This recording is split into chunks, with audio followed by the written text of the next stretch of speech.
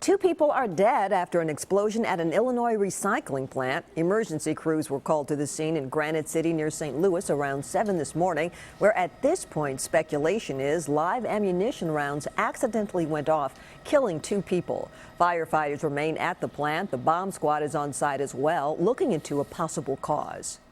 Dozens of homes and buildings in California's wine region are now not safe to live or work in after the worst earthquake to hit the San Francisco Bay Area in 25 years. More than 170 people were hurt, but considering the extensive damage, officials are saying they're grateful it wasn't worse. Allison Harmelin has more from Napa.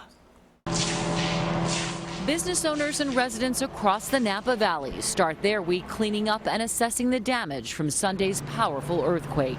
Stephen Gunderson's phone has been ringing off the hook at his glass company. It's pretty much the first time I've seen something of this magnitude happen to a city like this. Downtown Napa was hit hard. Officials say at least 33 buildings here are uninhabitable, including this century-old library and the Napa County Courthouse.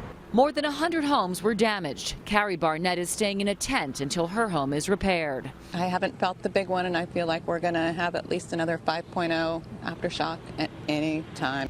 The earthquake couldn't have come at a worse time for California winemakers. This is the heart of wine country and the height of the tourist season. It puts a lump in your throat, you know, that there's that much going down the drain and not down yours. At least one winemaker says he lost enough wine to fill a swimming pool when bottles and barrels went flying.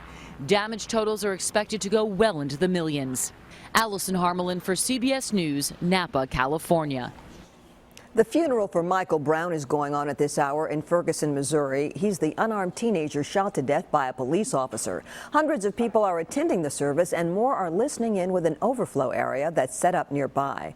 Brown's father is asking for a day of peace to lay his son to rest. More than a week of violent protests followed Brown's shooting on August 9th.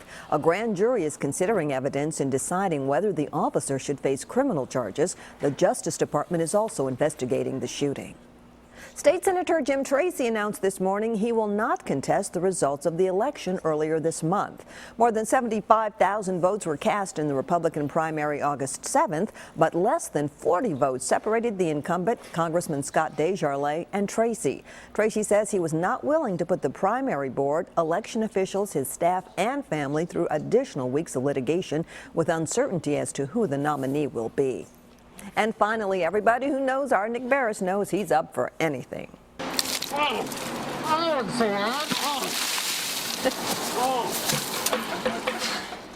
The Ice Bucket Challenge landed right here in our own News Channel 5 parking lot, or it looks like the front lot, really, after Davidson County Sheriff Darren Hall called Nick out to get doused with freezing cold water. The Ice Bucket Challenge has been sweeping the nation, raising awareness and money for the ALS Association fighting Lou Gehrig's disease. So far, more than $40 million has been raised, all for a good cause.